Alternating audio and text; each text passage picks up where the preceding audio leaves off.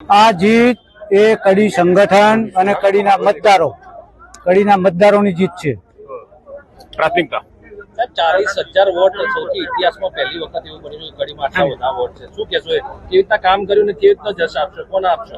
બસ સરકારની જે કાર્ય પદ્ધતિ છે એની લોકોએ સ્વીકારી છે અને એમ જ મતદારોએ ખૂબ ખોબલે મત આપ્યા.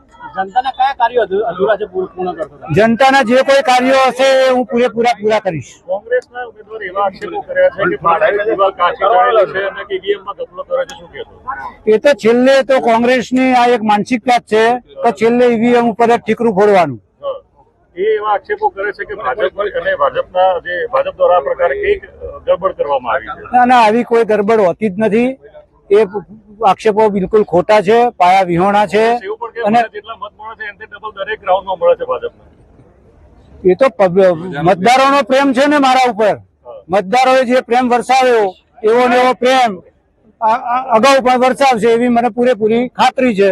અને મતદારોની આ જીત છે, મારી જીત નથી. આ મતદારોની જીત છે. કડીને વિધાનસભાના જે મતદારો છે એની જીત છે.